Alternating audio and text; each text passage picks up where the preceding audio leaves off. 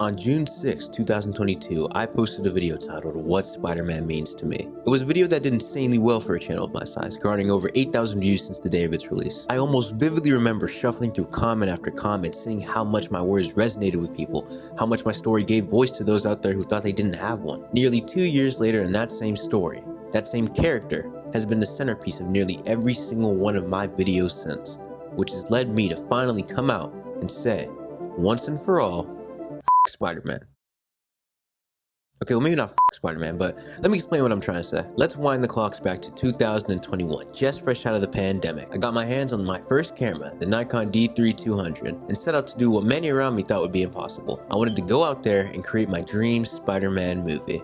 At the time, did I have a single clue on what that was? No, but the idea of it, the concept, the thought of crafting a Spider-Man movie at my then age of 14 was endearing beyond what I could ever express. Because I'd come to realize, I had no idea on how to make a movie. I dabbled in screenwriting before, sure, but to take on the gargantuan task of creating a full-length feature film at only 14 was ambitious, to say the least. I was determined, I was passionate, I was motivated, but none of that would create the film I felt that I was destined to create. I would, of course, naively continue and try and attempt to create that story, create that full-length feature, which most of you would all come to know as the visionless failure that would become The Enforcers. And during that time, I was faced with that fundamental question, that itch in the back of your mind that I'm sure oh so many creatives have asked themselves during the process of creating their art. Why? Why am I creating The Enforcers? Why do I have a reason to tell this story? Why do I have a reason to craft these characters and create this world? I wanted to make a movie, but I had no clue on why I wanted to make that movie. And to spare you all of all the details on what exactly went wrong, to put it simply, The Enforcers never happened. And in all honesty, there was never a chance that it could have happened at all. The tale of The Enforcers is one of unchecked ambition. Another Icarus story of sorts.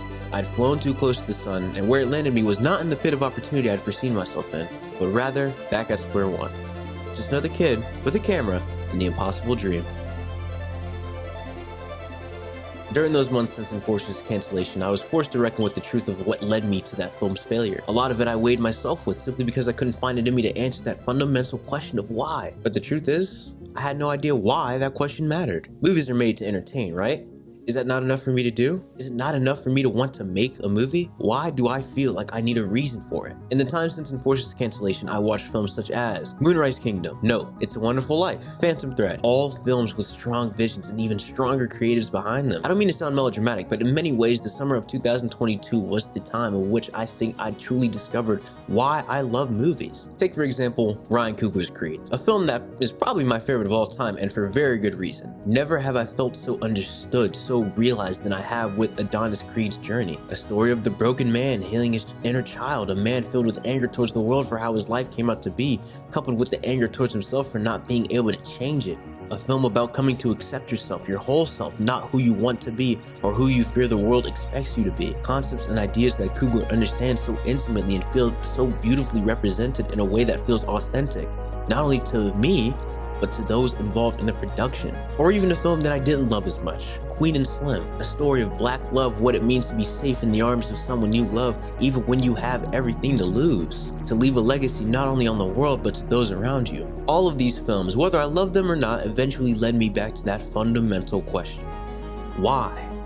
Why do I feel a need to create? What is it that makes me want to pick up my camera and tell these stories? Well, it's because there's more to it than just making a movie.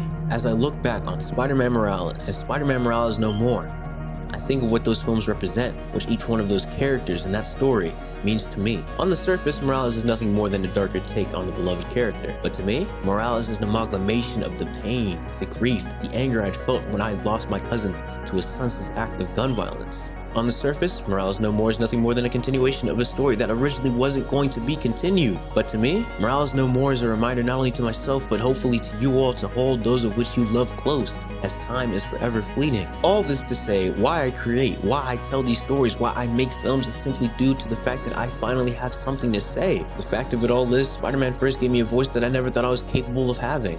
And now, as Morales No More slowly inches closer to its release, and I begin to say goodbye to a chapter of my life that helped shape the voice I have into what it is today, all I can hope to do is do the same for others.